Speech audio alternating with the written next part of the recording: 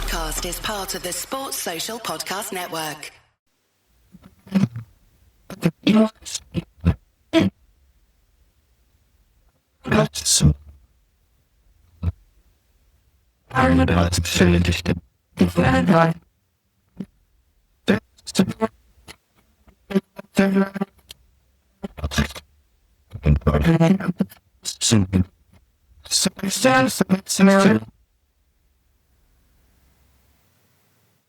Welcome to No Question About That. This is the weekend pod. I'm Ed with Wayne today. How's it going, Wayne? I'm delighted, Ed, to be joining you. How are you? Delighted. Wow. Not delicted, because he missed a easy ball to clear there, but we'll get onto him in a bit. Sorry. Sorry. You've been very busy. I see you podding all over the place. Talk of the Devils spin-off as well. United Unheard. Yes. New season coming. No, so yeah. So I've increased my daily pods because I wanted to, or my pods to daily pods because I wanted to do just a little daily news segment in the morning. So that's on the Talking Devils feed. The United Unearthed thing is like, we've done the Lost Tapes. Yeah. And I want to do a feature series with it. So I've got a few things lined up with it. It's just going to take a long time producing it, really, because of the people that want to get involved with it. I'm not going to say too much about what it is, but people have been saying, does this compromise the Lost Tapes season 2? No, it doesn't. Don't worry, that's coming. I'm just working on the ideas for that as well. So, but yeah, that's going to be probably late 26. It's really is going to take a long time coming. So I know that I put it out there. I just wanted to make sure that I'd got all the handles and everything like that, because very good. There's a lot of new United media coming up, and United analysts and I don't know, United boot room, something pops up every day, doesn't it? I thought make sure that you get it. And so many. When I first started doing United Rant back in 2002, started on Blogger, did about, I don't know, what did I do? A couple of years of that, and then had some things I had to deal with. Anyway, it went up to about 1 million unique readers a month. Yeah, I know. Hell of a lot. And because I was basically the first, right? Apart from the fanzines that were out there, this was one of the first online United-focused media, and I was writing every day and all of that kind of stuff. And then took about 6 months off for reasons. Came back and there were like 97 other blogs the same, and I never got anywhere near the traffic, And now that it's the barriers to entry of creating United media are so low, or creating media generally, whether it's podcast or YouTube or whatever, so low. There's just tons out there, and some really good stuff and some crap. Listeners can put this in whatever bucket they feel like. They're not shy about giving feedback. I know that. No. Well, one I am looking forward to, Steve Bartram, who worked at you must know him, right? He's started his United thing, and I think that could be good with Nick Story, who I've met previously. So, yeah, kind of hoping that will be a good one. Yeah, definitely. Yeah. All right. Well, onto the game. United won, Fulham won. Deary me, this was not good. I was tweeting during the game the high camera angle they have at Fulham now, because the new Riverside stand, which you can't actually see on TV, but it kind of looks like this spaceship they've plonked on the Thames next to all the oldie worldy stuff around it. It's a bit weird, isn't it? But it gives you a really good view of the shape of Ruben Amorim's team, and it was like it took about 30 seconds to look like it was 2 in midfield versus 3 in midfield, as it always is with Ruben Amorim's teams, and I'm just like, oh god, this is going to be a hard slog. Mm-hmm. And it kind of was in the end, although I don't know what you thought. Opening half hour, United weren't bad. Created a few chances, had the attacking stuff looks nice when it comes together. It's just when it comes together. Yeah, that's fair. The one thing I will say about the camera angle, by the way, while we're talking about nerdy stuff, I watched the Everton game for that, just to see what it looks like on the eyes, and it's a nice televisual experience. Nice with Jimmy Garner to score as well. Mm-hmm. I do like the thing about Fulham's ground where there's parts of it that look like a bandstand by the beach. Do you know what I mean? They're the little bits that are in there, like you're on, I don't know, Margate Seafront or something like that. Not that I've ever been, but I imagine that's what it's like. Those old sort of bandstand things, they're like railed off in the corners. You think like there must be 97% asbestos in that stand. Oh, lovely. Yeah. But yeah, so that part, yeah. The one thing I will say about the performance of the numerous things we're about to talk about is he talks about the shape. I'm going to talk about consistency probably more as a key point of topic to come out of this. There are different things that are there, but they follow the same kind of thing. So, like you said, the nice attacking moves, and I would agree with that. Last season, I feel like we're following the same pattern for last season, but for different reasons. So, like last season, we would flash in games and it would look good, but they'd generally be individual highlights, and then it'd all fall apart after that, even if the individual was doing well to sort of galvanise the team. Now it's less individual, and in fact, if anything, it's the other way around, where the individual kind of gets exposed a little bit, and the teamwork looks pretty good. And I include Cunha in that. People will think when they listen or watch this, and they'll say, "Oh, well, Cunha's an individualist." Well, he is, but I think that the product we've seen of his cleverness is through good teamwork. It engineers good openings and things like that, and his ability to sort of anchor himself to that or attach himself to that is top class. So there's that element of it, but then it does drop into that worry and fatigue, and that this has been a feature of Amorim's reign. And I know this is probably one of the key elements that we were hoping would dissipate as time went on, but it hasn't really. At this moment in time, it's 2 games into the season, so you go, all right, do you know what I mean? You back off a little bit in terms of getting the criticism, because it's not, it's early season rust and everything like that, but you have to balance that against the caveat that is time is not a limitless resource, especially not for Ruben Amorim at this moment, because you can't afford too many results and performances like this. It wasn't catastrophic by any stretch of the imagination, and I know we both just talked about this, of saying it's definitely not a case of feeling like it's not going right, or that we're getting on his back, or turning negative towards it. But it's more the case of he needs to start showing more. There are elements now which we thought you wouldn't hold him accountable for last season because of what he inherited. Now you kind of do. You go, all right, well, the selection's on him, the substitutes are on him, and could we have done better if he'd made different decisions? I think possibly the answer is yes today. Yeah. I think it's fair to question him. I mean, so if you've got a 35% win rate as a United manager and even lower in the Premier League, of course people are going to question it. And we are only, 8 months into his time at United, so there's that. But 8 months is still a fair amount of time for a coach to imprint his system. I think it's the systemic pieces I am pretty worried about. I mean, we've obviously spent 200 million on new forwards. We haven't really seen them together yet. There are some issues around gelling there. I like the individuals a lot. Whether they'll work together is another question. We are seeing some elements, especially against Arsenal, we saw some elements of what you'd expect a Ruben Amorim team to look like, especially in those sort of wide areas where they try and create the overloads for the cutback or the third man runs. I like more of the pressing than I did last season, especially when Mason Mount's in the team. He is the one everyone follows. What I don't are the balance in the fullbacks, right? So if it's Ahmad and Dorgu, they both want to push high and neither want to tuck in. So it doesn't help that midfield too, in midfield.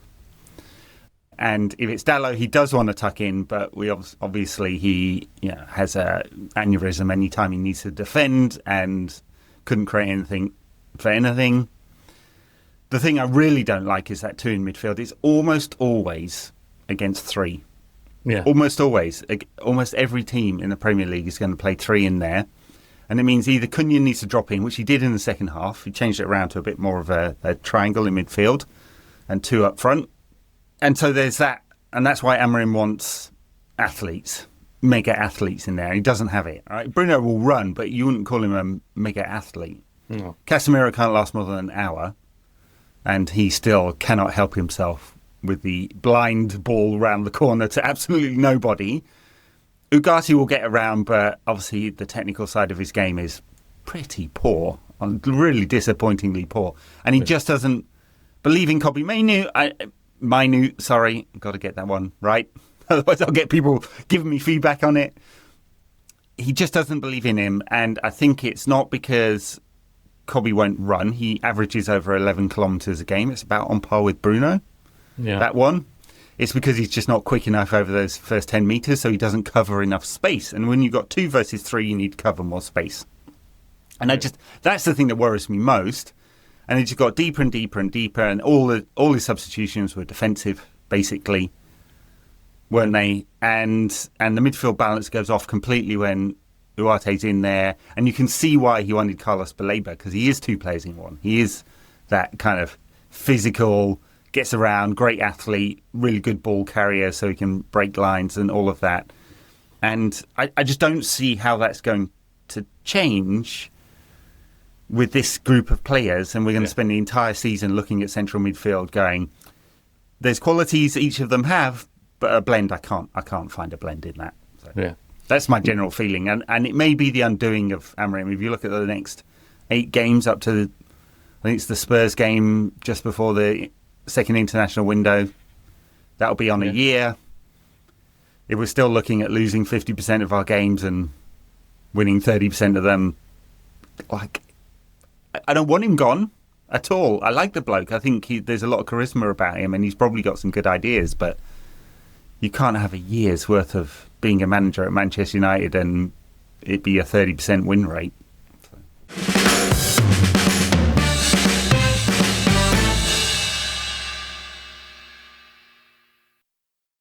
I had that dream again. My small business needs to hire, but I don't use LinkedIn, and I hire an energy vampire. But also they're a literal vampire. And suddenly my team is spending all their time sharpening wooden stakes and buying bulk silver and rehearsing ancient chants, and then I wake up.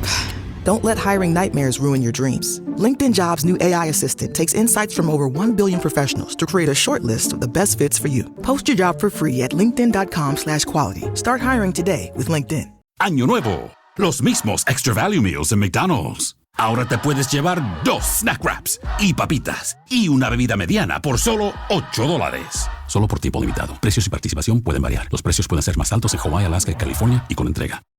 Good morning, Crust. It's a great day to be a bread brother. Ugh, mornings are not my jam. Or jelly. Oh, come on. Stop loafing around. I just woke up feeling hollow inside. Just grab one of the new Morning Uncrustables sandwiches, like Bright-Eyed Berry or Up and Apple, filled with 12 grams of protein and tons of deliciousness. Crust, what are you eating? It's just granola, not even yogurt. No crust, no fuss. Uncrust your mornings. Well, the holidays have come and gone once again, but if you've forgotten to get that special someone in your life a gift, well, Mint Mobile is extending their holiday offer of half off unlimited wireless. So here's the idea. You get it now. You call it an early present for next year. What do you have to lose? Give it a try at mintmobile.com/switch. Limited time 50% off regular price for new customers. Upfront payment required. $45 for 3 months, $90 for 6 months, or $180 for 12-month plan. Taxes and fees extra. Speeds may slow after 50 gigabytes per month when network is busy. See terms. Yeah, I agree with you in a general sense, but I would think that he's got an incredible state of execution based on the fact that he's the first big appointment by the part ownership. So yeah, and they won't want to just fire him willy-nilly. I get that, and I'd want to give him time too. I personally want to give him time, not that I have any say in this, obviously, but it is worrying. I've been critical of the sackings in the past because under the parsimonious structures that we had, we sacked the manager in November with no intent to spend in January when we knew that we needed to do that. And we knew that we'd be spending big in the summer every time, and that happened every single time. So we were basically writing seasons off. I don't see that happening this time round. And we're going way off into talking about a possible change here. I'll pull it back in a second. But if we were talking about speculation over his future, I wouldn't be expecting to see that until well after the winter window would be gone, so February, March or something like that. And that does really depend on this win percentage being as low as it is and things not moving in the right direction. And it's not so much the midfield that bothers me because, well, it is, and I'll get to that in a moment, but it's more the goalkeeper because the goalkeeper, again, not at fault today, but a better goalkeeper could have done better. And I think that when you have a goalkeeper and he looked so unconfident and vulnerable at corners today, so much so. I'm watching corners like this, and that's not their Victor Gyökeres celebration. It's like I can't watch. It's fucking horrendous. Yeah, so much so that last week it's like, it's an Arsenal tactic, and now it's not a United vulnerability. Just as it was in the middle of last season when they scored a couple against us, and then the 3 or 4 games after, Spurs, Wolves became a vulnerability. And everyone's going to do that until it's solved. Exactly, and they alter their tactics, they modify in order to strike on our vulnerabilities, and that's what good teams do. Whereas we're still in a process where we're like trying to make the best of what we've got rather than exploiting the other teams at the moment, which is one thought on the corners.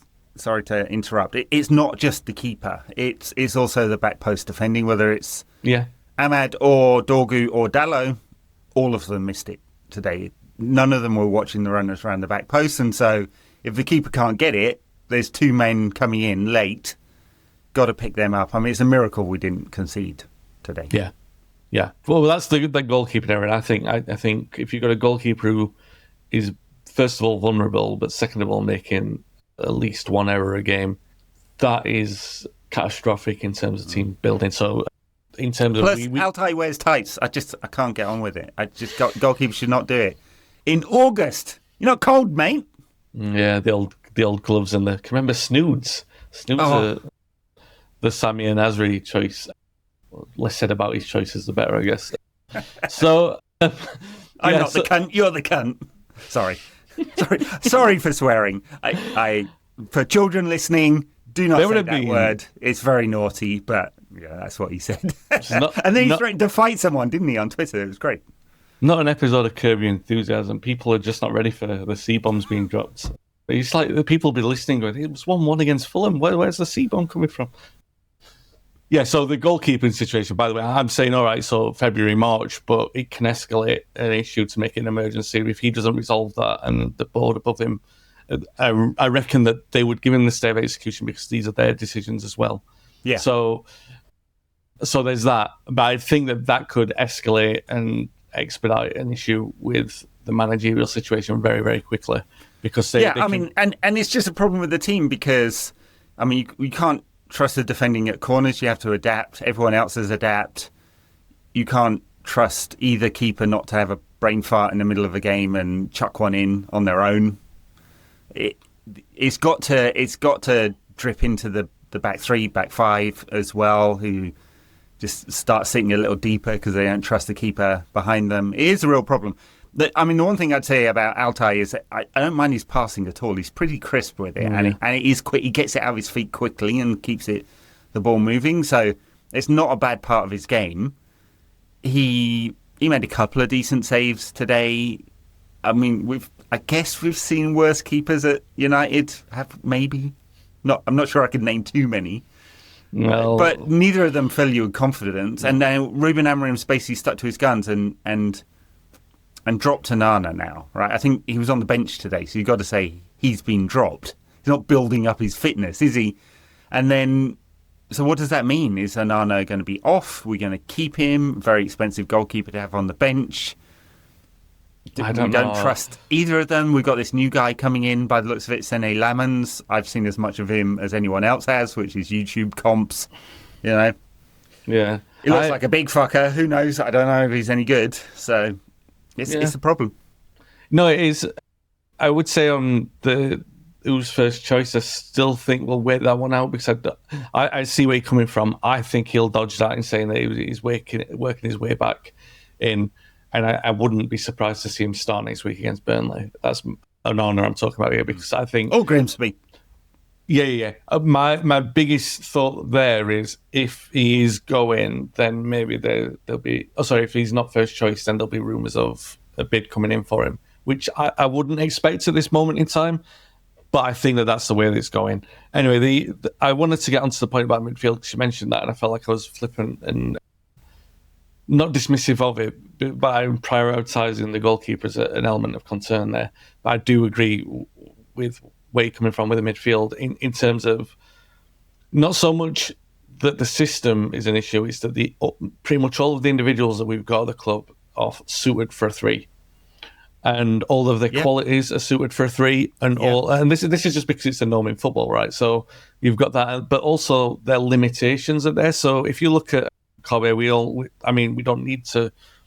I'm definitely not a fan of lumping in on the discourse on a player who's not playing when there's a lot of discourse on him for no reason whatsoever. So he's not had a chance really yet. And over the summer, there's been a lot of talk that he's been working on his conditioning. He can't fix his pace. He can't do anything about that. But that's a managerial issue to play him in deeper positions or to compensate from that with the players around him. And we have got some quick players in there. There are other issues that we've got, such as playing. Now we're having to play Fernandez in that deeper position. Maybe there's an issue to be switched around with Mbeumo and Bruno on the right-hand side instead, because I think, like last week, for example, this is just a quick example, that people who've heard me talk about this elsewhere will know where I'm going. There's a goalkeeping error that cost us last week. As much as it was Yoro and Delit who could have cut out that cross today, and then eventually it looks bad on Bayindir as well. But the error started last week. It started with Fernandez faffing about when he shouldn't have been faffing about, and we can see the corner. This time round, the problem started with Dalot being in, like you said, an absent position. The attack started from that. All right, we're going forward. Yeah, he miscontrols it, doesn't he? So we're going forward 20 seconds. The cause he's not culpable for the goal being conceded, but the vulnerabilities of the team and the vulnerabilities of the individuals within the system are what caused both of the goals that we've conceded this season. So I'm looking at the midfield and I'm looking at those issues, and we're talking about Kobbie and saying, all right, what can't he do? When we all know the things where he's pretty plain what Amorim wants him to do, what he can't do because of the physicality issues that he's got, or limitations. But it brings me on to thinking about Ugarte in both of the games that we brought him on. How has that been a fit for him? I mean, you know what I mean? If you say, all right, not Kobbie, and I understand why not Kobbie, because all the reasons make sense, but then if you're picking Ugarte, in the sense that we were leading a game and we're going to close it out, I get that, but he's still in a 2. He's still not got the quality to keep hold of the ball. His quality is retrieving the ball and passing it on very quickly. We knew that when we signed him. It's not going to work in a 2. It wasn't working when we were chasing the game for an equaliser, and it doesn't work in this system when we're seeing a game out if he's one of the 2. So there's actually, as much as we can talk about, Casemiro's failing legs or Kobbie's questionable stamina and pace, there's even less of a role for Ugarte in this, and you might even argue Fernandez as well, because he's in there, and he's in there because of his undoubted contribution and quality, but it's just not the right fit for him. Yeah, I mean, of all the midfielders we've got, and I guess there's 4, right, central midfield options. Yeah. Not only can I not find a blend between any 2 of the 4, that makes a lot of sense. I guess the one I worry least about is Bruno, just because of his real high quality, right? Now, in defensive transitions, it becomes a problem. He's stopped overplaying in those positions. He's obviously been told to be a bit more conservative, right? Not play the Hollywood ball straight away, sometimes slow it down, play with the rhythm. He can do that. He's not a register controlling midfielder, but his quality is so high that I don't think it's the biggest problem in there. And clearly Amorim has planned for him playing in that position all season, because he spent £120 million on 2 number 10s for his system, right? Yeah. So we're going to get it all season, love it or hate it. And the trade-off, of course, is Bruno is further away from goal, where he's going to cause the most damage. Another negative.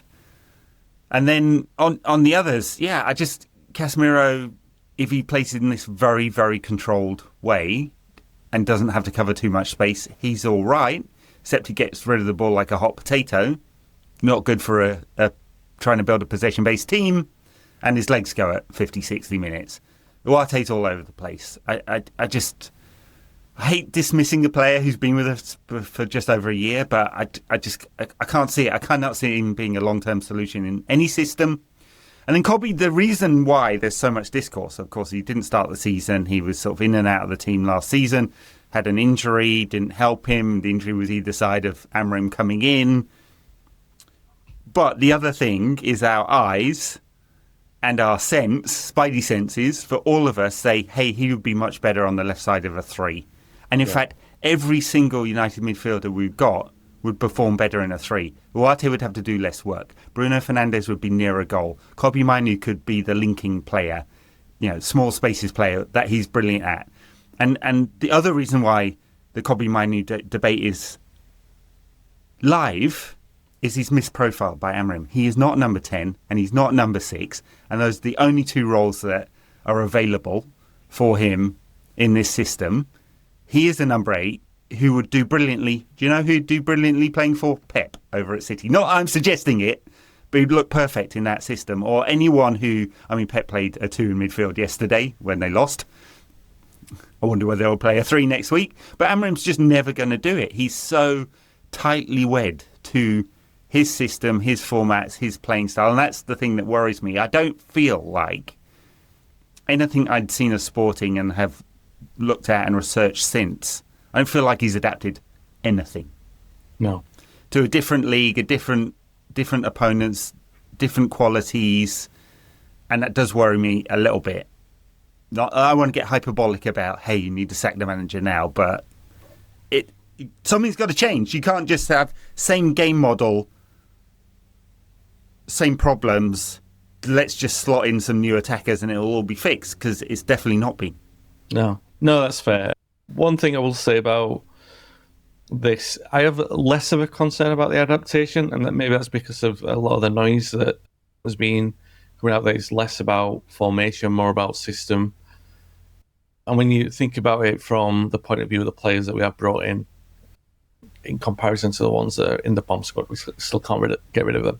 They're good players at playing in front of defences, and we didn't have a lot of that in terms of, you could argue that they weren't good behind defences either. The likes have gone, or at least consistent behind defences. At least not consistently, yeah. Yeah, Rashford, Garnacho and Sancho, so... Yeah. Profile a player, but you're right, yeah. We should do better against teams in a low block. Should do, with these players. Yeah. But we haven't, and it's... Yeah, that's gone, he's gone, so... And what we've got now is a different profile of player to unlock different solutions in a different system. So that part of it, I'm not too bothered about. And I did hear a little bit of a rumble where they were talking about, when they were talking about systems and everything like that it might have been Andy Mitten. I'm not going to put it to a name, actually, even though I just did. I don't think it was Andy. They were talking about the manager, and it was basically a comment made along the lines of, well, he's actually, the first part of the process of coming in is telling the players that the system is so welded that he's not going to negotiate with that. So he's not going to make any compromises. He's not going to make concessions. So you have to get on board with that. But it doesn't mean that within the next 12 to 18 months that he won't experiment with the different systems or different formations within the play, you know what I mean, to try different things. So the jury's out on that for me, at least until I see evidence. You know what I mean? If he gets the boot or gets the bullet and he hasn't changed his system, then I'll retrospectively go back and say, oh, well, yeah, you were damn right with that.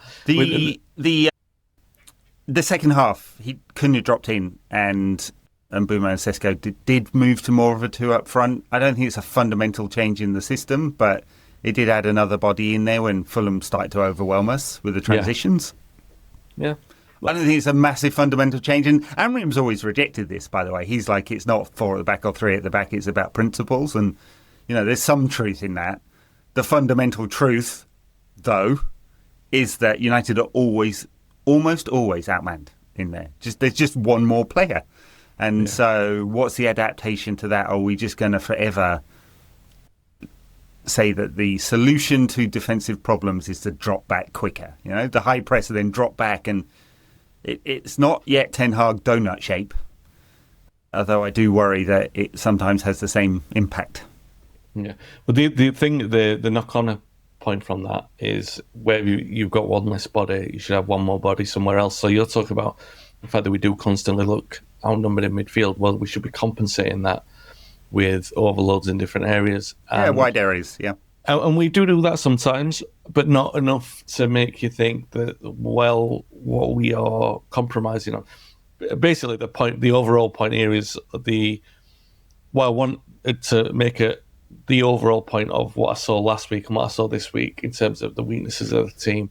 I think you can carry a lot of this through a season, even knowing how glaring some of the areas are. Because you look at the big games last season, we played that two-man midfield with all the players that we've currently got, and it got by. And generally, a lot of our better performances were in those bigger games. So Duarte and Mainoo, they played their part. Anfield, and were great. Yep. So there is evidence, and what we want, right? What I've been saying for 6 months is I want to see evidence of progress and things like that. Well, we've got evidence in those small bits. In the bigger games, those things work. So I don't think a midfield 2 will cost the manager his job. I think it might prohibit our chances of getting in the top 4. That's a different argument altogether. I think the goalkeeper thing might cost him his job if we don't resolve that. But that's a very difficult situation for him to handle because you've got we've got a week. There's no obvious solution on the market. Lamans might be a great prospect, but he's not going to come in and be number 1. We've already seen with City, with Trafford, the dangers of putting so much pressure on a goalkeeper when we've already got 2 high profile. That, by the way, is a hilarious situation. Sell Trafford, buy him back at a profit for Burnley, and then go for Donnarumma, who earns about, if you look at the equivalent, earns about 400 grand a week. And Paris Saint-Germain want a massive fee for a player with 1 year on the contract, left on his contract. Not only is it really dodgy, but also kind of hilarious that you spend upwards of 60, 70, 80 million on 2 goalkeepers in the summer. You can't play them both, Pep, although he'd probably like to try. It's a very Pep Guardiola signing to buy someone, quickly realise he's made a mistake, and instead of coaching the situation, buy a replacement immediately. He did it with fullbacks, he did it with a goalkeeper before with Bravo and Hart and Edison. So he's done that before. He's got a track record for doing that. United can't do that, and that's their difficult situation. This window is that through no fault of Amorim's, unless he'd made it an emergency at the start of the window, but then people would have been criticised in other areas. And there still isn't a hugely obvious name on the market to say come in. People talk about Martinez at Villa, but he's still not an obvious upgrade. He's not someone you would obviously put in and say he's not going to be erratic. His personality is not going to cost us. It could. So I feel for him in that, but I do still feel it's costly. Now, I feel that we were closer. We still feel closer than what the evidence is showing us. I don't know where I've got that from because I was so low after the Europa League final, and certainly the evidence of the league form towards the back end of last season doesn't suggest anything that bases my optimism. And I wouldn't call it strong optimism. There's just something in there. Maybe it's the relative weakness of the league. It's something I've talked about before. We were a lot closer to Arsenal than I expected we would be, and they've spent a lot of money as well. And all right, still London branch and everything like that, but we were still closer to them, and we've been close, or we've beaten teams who are around the top end of the table as well. So I feel the criticisms that I've got are kind of like now will be what the manager does with the misprofiling of the players and stuff like that, because I think the Kobbie's a great example of, you've got a player who's got so much talent and a player who's there to be moulded, really. If you think about, and this is lazy to go back to the talented players that we've had, but I'm going to do it anyway because it's the most quick example to make. So we had Nicky Butt and we had Paul Scholes come in. Paul Scholes was playing as a number 10 when he first broke into the side. I think he played as an outright striker in many of the games in his first 2 seasons. People have definitely don't want to add fuel to the fire of anyone listening to us. Not a United fan who wants to detract from Paul Scholes, but for many of the first 5 years in charge, Scholes, when he was in the side, Scholes was often not used in the big games. It was Nicky Butt who was used in the big games. And it was only after 2001, even 2002, 2003, Scholes was playing as a second striker. That was the idea of buying Veron to play Scholes behind Van Nistelrooy. It was only really after that when Scholes settled back and he became a maestro in midfield.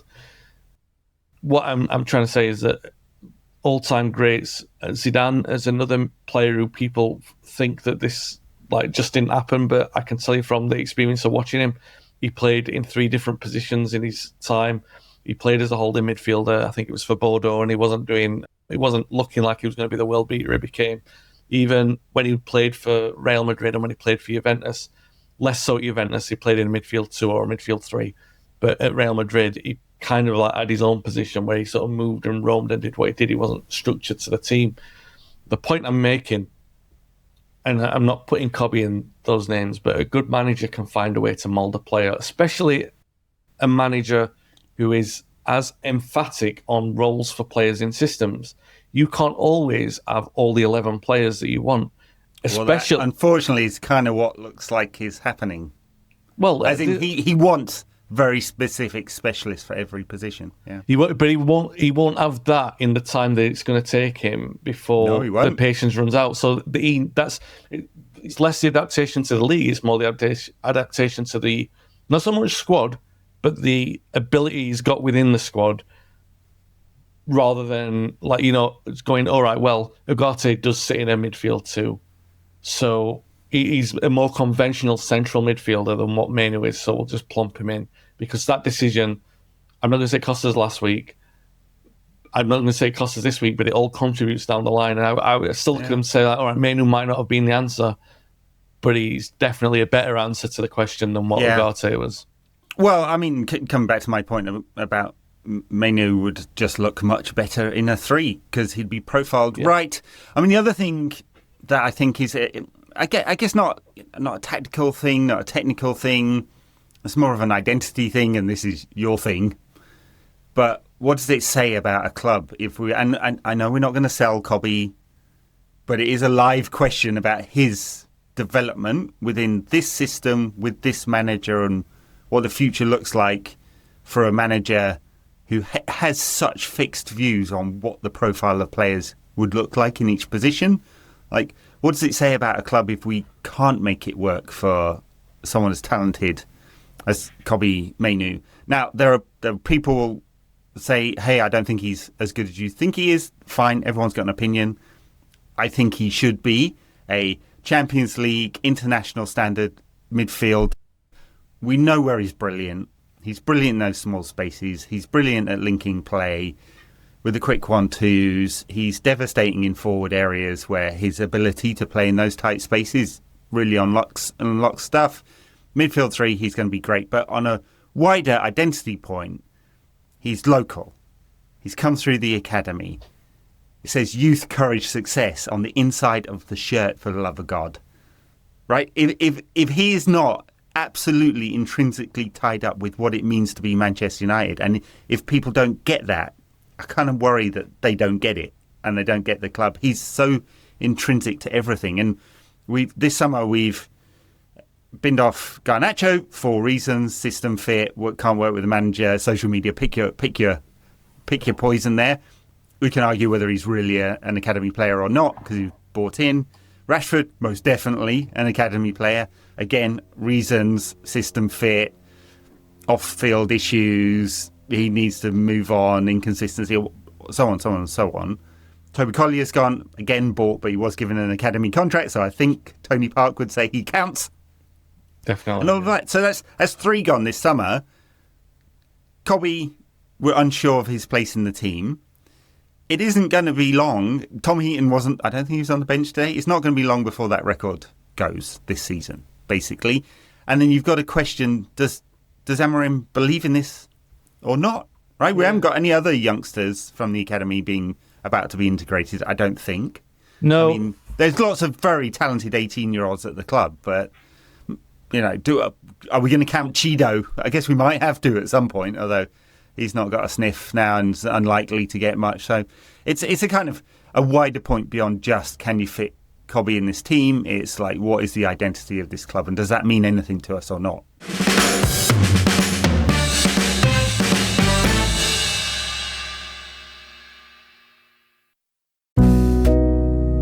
The world moves fast. Your workday even faster. Pitching products, drafting reports, analyzing data. Microsoft 365 Copilot is your AI assistant for work. Built into Word, Excel, PowerPoint, and other Microsoft 365 apps you use.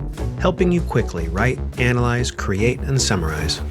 So you can cut through clutter and clear a path to your best work. Learn more at Microsoft.com/M365 Copilot.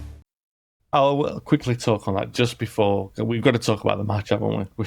Yeah, we're 39 minutes into the pod and we haven't talked about the match much yet. But very, very quick point on that is that, yes, that's a concern, but I would say that that's a generational shift. So, first of all, Obi counts because he played for the academy. So, as long as he played for the academy or you've played in the youth cup, we still count as an academic product. So, and we've got a generation of extreme talent there from now the age of 14, as we've seen, age of 14 to 19. There's some incredible talent in there. I want to make a point again to reference the Ferguson era, but it's just the most obvious frame of reference. When we won the first league title in 93 under Ferguson, Ryan Giggs was the only regular youth team player in the team. And the overturning players, all right, we did rely on a few like Lee Martin and Mark Robbins, but there was probably the period between 90 and 92, so before those kids broke through, where you could have seen that record going. It didn't go, but it was very touch and go that it could have gone at some point there, because it wasn't always obvious that every single game there was going to be a player available for it. So that's one point. The second point being that in order to affect that generational shift, you do sometimes have to prioritise on the needs of the first team. And all right, I'm the first person to bang the... Totally understand that. I bang the drum of the identity all the time and what's the risk of it. And I agree completely with your point that Mainoo, we talked last season about Garnacho, even before all the problems began, about can we work with him to get his qualities working. And I thought at some points it did look like it was working hard. So I think that within the players that we've got there, I think that there's enough for that record to keep going. However, if part of Amorim's process to get to where he needs to be quicker means the sacrificing of a record that he's proud and he's long-standing, but the record isn't who we are. It's the attitude that is what we are. The record will go someday, but as long as the attitude remains, and it's a proper attitude that's there, that when the record does eventually go, that it's not a reflection of the abandonment of that identity within the club. Yeah, I agree, and I mean, and in a sense, like I don't doubt that the club as a whole is prioritising youth development. They fell behind. I think everyone would say that. So much so that Darren Fletcher sent his kids over to the City Academy. I think Robin van Persie did as well. You know, there's enough evidence that United deprioritised it. That changed. There's a lot of effort was put into all age groups, not just the academy, but below that too. And we're going to see the fruits of that in the next 3 years, let's say. I think there's an awful lot. And if they don't make it at United, they should have good careers. I mean, Ethan Wheatley yesterday scored a brilliant goal. I don't know whether you saw it. Just one example of a very good, talented player who I hope that loan works out for him, because he had a bad one at Walsall last year. But there's definitely talent there. We've got Darren Fletcher taking over the under-18s. There's the link with long history of United. We've got a new academy director coming in from Brentford who has got big shoes to fill in Nick Cox. And so I don't doubt as a whole that the club now see this is important. And it's just strategically important for all clubs, right? So one, it's free players. I mean, it's not free. The club probably spends 10 million a year on the academy, but it's free-ish players into the first team, the pipeline there. You don't have to go buy them from elsewhere. But also you can, if they're good and you get rid of the general stink around the club, you also sell players for lots of money. And City and Liverpool and Chelsea have a fourth income stream by doing that, right? Not that should be the be all and end all. You know, it's the round human, get them a good career, find a pipeline into the first team. Those are all priorities. But the financial aspect is not to be sniffed at either. So I think the club recognise that and see it. And I think overall, Ruben Amorim, on the other hand, I don't think he's just going to integrate young players for the sake of it. And I'm sure every manager would say the same thing. I haven't seen a lot of evidence that is necessarily what he wants to do. He did do it at Sporting. I I don't know enough of the history of where all that each of the players came from at Sporting to say, hey, this was a blueprint, or whether he adapted his ideas or his ideas developed within that. He was at Braga before that and he was successful there, came into the Sporting. How much was him adapting to the players in the squad or him dipping into the Sporting pool of younger players to build his system? I'm not sure. There may be a bit of both. He's got to the point where he's got his first really mega job, and I don't see a lot of change from him, and I don't have a lot of faith that he's suddenly going to integrate younger players. I could be proven wrong on that one. We'll see. Yeah. And we started this with Kobbie. I'm stick my flagpole in Graham Souness style and say I'm a massive fan of Kobbie's. I think he'll have a brilliant career, and I'm deeply worried about him with this manager. I don't see where the fit comes. And square that circle. I'm not sure how it gets squared. By him coming in and making himself undroppable in whatever form. And that's a challenge for him. So it is, yeah. I want to talk about, just to segue into the game, one thing I was thinking about before kickoff was the human condition. I'm not generally a pessimist. I'm not one for omens. But I looked at it and we won. Last four we'd won quite late on there, or at least the last three. Garnacho, Bruno, and Martinez scored late winners, and we've got a history of doing it with Rooney and Ronaldo doing it down the years as well. And they've also got a history of scoring late winners against us. I think even we've had a couple of draws there that were late goals as well. So we hadn't lost there, and we did lose today, but we hadn't lost there for 15 games or something mental. No, exactly. So I think Max Dowman was even a glint in the milkman's eye by the last time United lost at Craven Cottage. That game, by the way, the one that we lost, 2009, was the one where Scholes and Rooney both got sent off, and that led into the Villa game where Makeda scored. So if you want to feel old, that's how long it was since we last lost there. But talk about the human condition made me think about that quite a lot. My brain went straight back there when Bruno was knocked by the referee, and it was subject to a lot of reaction afterwards. That shouldn't have put him off. And I thought, I understand where everyone else, all these professionals that talk about it, are saying, he shouldn't have put him off to the point where he missed a penalty. And it's a weak excuse, I guess. But I'm thinking of, if you're just stood, right, you're concentrating on something, in one of the most high-profile situations in a game of football, especially United, especially when you're a player like Bruno Fernandes, when there is an established narrative that people want him to fail. I mean, there's no discounting that, and he lives with that, and he knows that, and it's quite a few United fans seem to as well. Yeah, exactly. So, and he's aware of that. He's aware of all that. So he's carrying that narrative around with him. So you're preparing in the best way that you can. And I'm just talking from a human level. I'm not talking about the referee barged him or whatever, and he had to have an argument like Bruno does. I'm talking about you just stood trying to prepare for something, and unexpectedly someone knocks you and knocks your body. Your body can get a shock that takes actually a little while to calm down, and it brings an anxiety on and stuff like that. I'm not saying that, I'm not giving him an excuse for that. I'm just saying I thought of that in that moment, and I thought this is probably going to cost him because his brain's gone somewhere else. I think you're right. You've also got a physiological reaction to it, and people will listen to this and say you're being silly. I'm just saying, imagine being stood still in any scenario, and you're not expecting someone to bang into you, and they get you on your blind side, and they do, and you're meant to be concentrating. I think in all sport, you players of whatever kind of sport have to reset at those pivotal moments. The batsman who sees someone in the crowd moving just steps away, takes a breath. The false start in the 100 metres.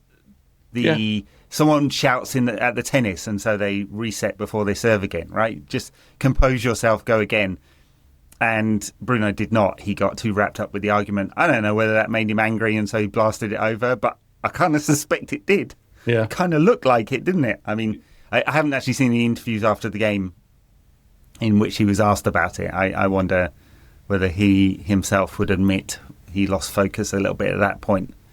Very stupid thing to lose focus about as well, because it wasn't even the keeper causing him problems, just an accidental bump into the ref. No, but that's what I'm talking about, of just you being stood anywhere and someone banging into you, and your sort of physical reaction to that, and you're not always in control of what that physical, your emotional reaction when you go, oh, blah, blah, blah, or oh, I'm angry.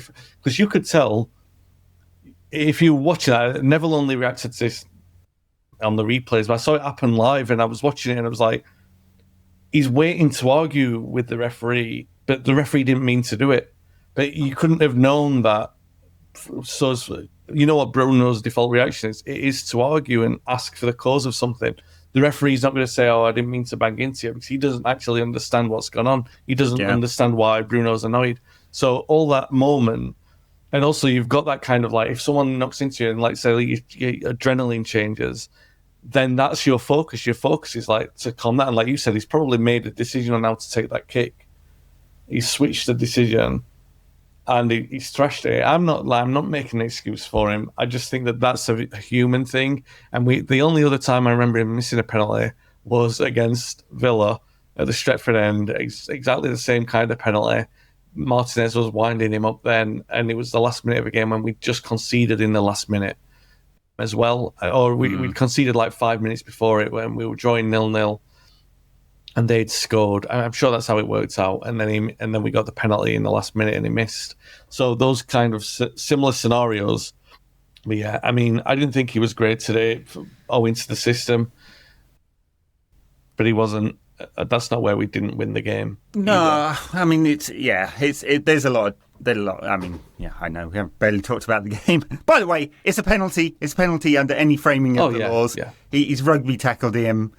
Dragged him down. I don't know why. I was watching the NBC coverage over here. Stephen Warnock, ex-Liverpool player Stephen Warnock, was absolutely adamant that it wasn't a penalty. And then after Euro scored, or it's not been given to him, he was like, oh, that's a clear push on Bassi. I'm like, talk about double standards, mate. Come on.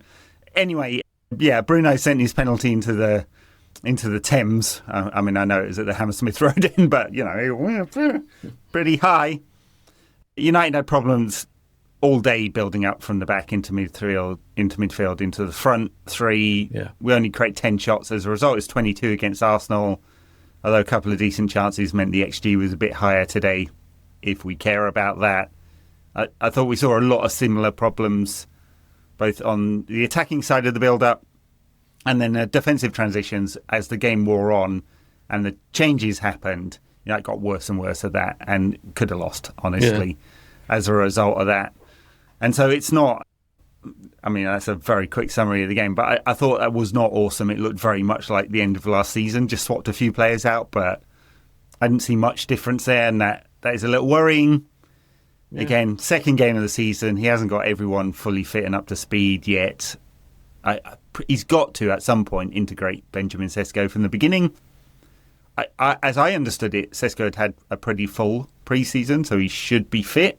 Yeah, I'm guessing Amorim doesn't think he is, and that's the reason why. And we've got the game against Grimsby in midweek. Maybe he'll play that one. I don't know. You know, I again, we're not seeing the post-match reaction here, so it was just something I was thinking about before the Arsenal game when I saw the team and Mount started, and again today. I think he likes the way that system operates in terms of, or he wants to see how it operates in terms of the rotation. I know Cunha generally stays further forward and Bruno comes in centrally sometimes. But generally speaking, if you've got those two and you've got Mount and Bruno, you have 4 players who rotate, and what Bruno and Mount do really well is they fill in. And Bruno does this even though I've just sort of cast aspersions on his discipline with that, but he generally does drop into good spaces sometimes. So I think what we saw last week, the positive signs of what we saw, was between those 4 players. Whether or not it came in combinations between those 4 players or any combination of those 4 players, it generally came from that. And I think he wanted to see how that went again today, considering the way that we lost the game was an individual error and there was a lot of promise in the way that we played. So I can understand that. What did surprise me is starting Ahmad, even though I would say, all right, favour the attacking side all the time. I would have thought, no, start with Dalot because it's an away game. Or you would maybe expect Mazraoui to play in that one. I don't know why. But we talk about the way that system moves as well. Shaw was playing, and maybe this is their work, what they were doing in Fulham, but I felt like Shaw was playing a lot of time quite left, and Dogu was pushing up, so it was almost at times 4-4-2. So it was interesting to see all that, but we started really well, and I think that those elements I just talked about with the 4 players really did help us in that first sort of 25 minutes, but we really needed a goal, because I think confidence and momentum is going to do wonders for... It's either way, it's going to massively impact this Amorim transition, or this 2 or 3 month period is going to be a massive impact on it. So you've seen today, it was kind of flagging a goal early on from Cunha with that really good football that we've been playing, and this would have been a very different kind of game. I think so, yeah. You can see the way that this team is sort of flagging when he sort of like loses his confidence a bit, and it's like, then it kind of goes back to, well, we'll rely on the individuals, and then that's easier for other teams to handle because they just close off individuals, and I think we've become less of a collection at that the longer the games go on. That's true, because it's not identikit changes, is it? I mean, as we've talked about, he likes these profiles of players for certain roles and certain very detailed instructions that he gives. And when it changes out, the profile of the player changes, and it doesn't seem to work as well. What we're looking for, what I'm looking for, is those connections between Short, Dorgu, and Cunha, and Yoro, Ahmad, and Mbumo, or whatever balance it is down the right. Because that's where a lot of the build-up and the overloads happen in this Amorim system. And sometimes it works, but it's not consistent for sure right now. But I'm looking for that. It was good against Arsenal. And then coming back to the Kobbie, one of the things they were asking him to do in some of those pre-season games is to hit the switch, right? So to switch it from right to left to right, depending on the balance of play and where the overloads are, right? And that's another big feature of Amorim Sporting, that they would switch play quickly because so much of the build-up happens in those wide areas. Yeah. That's on Bruno to do, I guess, in this system. And, his connection with Mount is interesting. It's just he sometimes wanders out of that very narrow, disciplined position in midfield, as you'd expect, right? Yeah. To find the half spaces, to find the space, which is in between the lines. And then we look vulnerable on transitions, and did increasingly as the game went on today. Yeah. That's the risk that you carry when you've got, first of all, a player like that in your team, but also when he's on the pitch and he's trying to win the game for you. Having said that, we scored a goal. I did think it was a foul. From a corner? I thought it was a foul. Especially it would have been on the very light side. I don't know. My impression of the first 2 game weeks is that they coming down hard on holding, and not so much on pushing. That's just I don't know. I don't have any data to back that impression up, but I kind of feel like that's what they're saying, the refs. Although they didn't get it quite right with William Saliba trying to undress Mason Mount. Yeah. I mean, at least take him on a date first. Jesus. Well, that's on what I'm basing that today, thinking that, we got the wrong end of it last week and we got the right end of it this week. Like you said, it was not a lot in it. Like I didn't think there was a lot in it last week as well. I still thought the goalkeeper should have been better. And maybe, Fulham should have been stronger this time round as well. But we got our bit of luck there. And you want again, I'm talking about momentum and confidence, you want then to be able to kick on. But I think because of the way that the goal arrived, like just after the hour or just around the hour, then that's the time that you make the changes, and the manager's looking, he's got the itchy finger, you know what I mean? He's gone too early with the Agate one, not just seen. I get where he's coming from with Casemiro, but this is what I'm talking about when you're looking at players and he's profiling the players, and he might well be right that Casemiro doesn't have the legs to carry it on. But like last week, I'm thinking when he made that change, he might not have the legs, but is a legless Casemiro still better than Agate in this situation, when considering we've got 1 game a week? Whatever former legless you want to talk about, Casemiro will still be better than Agate.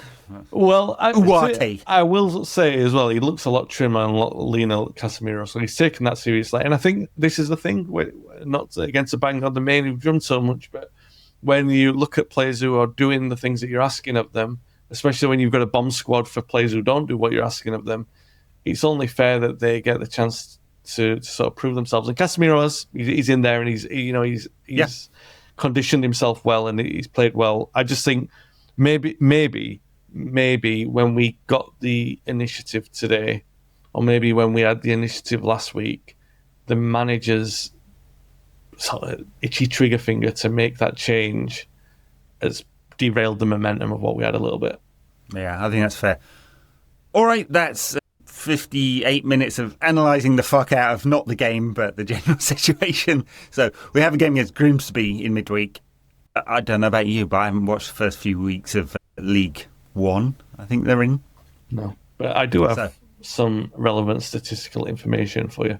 Yeah. In the head-to-head games that we've had with Grimsby, Barnsley, with Grimsby, we've won one more game than them ever. How many is that? I think it's 32. And that many? It might even be a little bit more. I feel like we're on 16 wins and they're on 15. And Wow. there's got to be some draws. Who knew this was such a rivalry? No, exactly. And the goals for and against are exactly the same, Ed. So this is a big historical rivalry about to happen on Wednesday night. When I was talking about this, United had drawn Grimsby, and I posted a tweet, and a City fan made a comment. One of the YouTubers, I think he quoted me going, "Oh, look how far United have fallen. They've got a cup run with Grimsby." So I had to point out, actually, the last time we played Grimsby was in 1948, and City have played Grimsby many times since 1948 in the league. In fact, in the 90s, Grimsby versus Manchester City was as regular as the Manchester derby. So, but yeah, no, there is a story. I don't understand, Wayne. It's not. City were founded in 2008. What are you talking about? No, there were a time of Peter Swales and Mike Summerby, names that City fans might not know, but these names did exist. Franny Lee and all that. Paul Dickov back in the day. Sean Goto, these were players who would have played against Grimsby. Anyway, so... What is Sean Goto's record against Grimsby? Look it up quick. It's probably good. It probably is. Feed the goal, and he scored at those levels. He scored against us, so I shouldn't knock him too much. And also a former United player, Sean Goto, and a very nice guy as well. So we're not mocking Sean, we're mocking City and their record against Grimsby. However, we're not in a position to show off, because if Grimsby beat us, then they've tied the historical record, and that would be... Can't have that. Well, it was one thing Liverpool doing it last year on a number of titles, but Grimsby's head-to-head being better than ours can't accept that. Yeah. What kind of side are we going to play? I mean, there's a fair few players probably need some game time. Harry Maguire, Musa Mazraoui, who else? Kobbie, Benjamin Sesko, Aidan Heaven. It'd be good to see. Aidan Heaven could do with some games. Yeah. Beyond that, it's a bit thin actually. Like who would really need some game time? I mean, guess Uarte might need a start. Bruno plays every game, but will they give him a rest? He'll get a rest surely on Wednesday. Sure. You'd imagine so. He does. I don't know. His record of playing him in cup competitions is pretty consistent. Yeah. I don't know. I do think it'll be a rotational side. I think you can probably afford to get away with it. This is an interesting one though, in terms of you've got 4 bomb squad members, and there are a lot of kids who deserve a chance to be in the squad, even if it's like a leap too early for them. Do you know what I mean? It feels like they're in the next squad down in terms of like they get a chance. So you probably see like a lot of in between, like so. You don't want to integrate 14-year-old JJ Gabriel into the side yet? Yeah, well, it'd keep the record going, wouldn't it? Oh dear, it was funny. I mean, look, he does look a brilliant player, but let's just let him develop at his own pace. 14 years old, he's still growing. He's going to probably go through that period where it's really awkward because he hasn't grown into his body, and sometimes kids of that age, as brilliant as they can be, have to relearn skills as they grow. Oh yeah. I mean, people forget this. Not that I'm a Liverpool specialist by any means, but Steven Gerrard's first 3 years of his career, if anyone has any inclination to go back and do any research on him, I remember it because I was there at the time. He would have back issues. He was constantly out of the side. He was having growth spurts, and he was awkward in the way that he was playing. And he was constantly injured and having these back problems because he was developing into a big lad. And like you said, he was changing as a player all the time as a result, for the better, of course. But like you said, JJ the thing about him is he looks phenomenally comfortable. And that my keyword with any kid is temperament rather than talent, because you can see the way that they fit in, and he does look like he fits in. Like, so he's playing in the under 18s. He's 2 age brackets above. Inside Kai Rooney. Can you remember the guy who had a Twitter account that was Kai Rooney? And it was I do remember that one. Yeah, it's a Shrek picture or something. Yeah, not very kind, but it made out like he was Kai, like a baby Kai or something. This is for the 2009 Twitter heads. This, but yeah. Well, hey, random Twitter accounts make a comeback. Who knew Indy Callier was, a transfer guru and not just making shit up? Yeah, that was we'll see. Yeah. Well, it'll be interesting on Wednesday. Been a while since United have been in the second round of the League Cup. Last time we didn't have any European football. I couldn't tell you exactly what this team will look like. I mean, if you were predicting 11 now, it could be. Can you remember the last time we were in?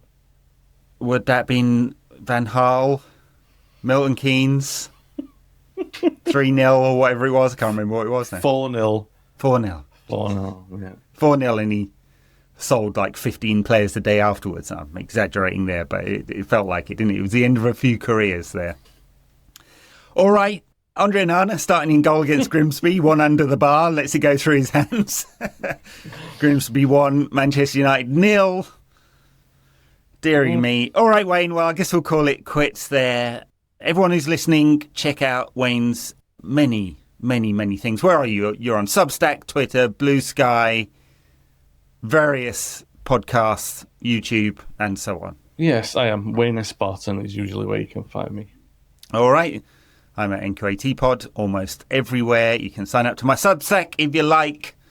You can catch the extra shows at patreon.com/NQAT Pod if you like doing that as well, or on the Apple Podcast feed. Thank you very much for your support. And if you do that, you won't get adverts of me flogging mental health services or payment solutions or what else have I done? Car parts. Not yet done the male shaving and grooming things. I'm going to give that one to Dan because he has no shame.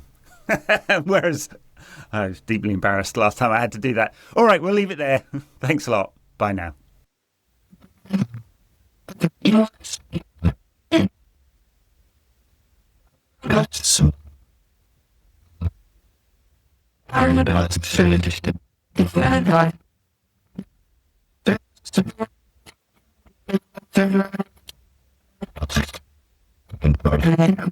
Soon.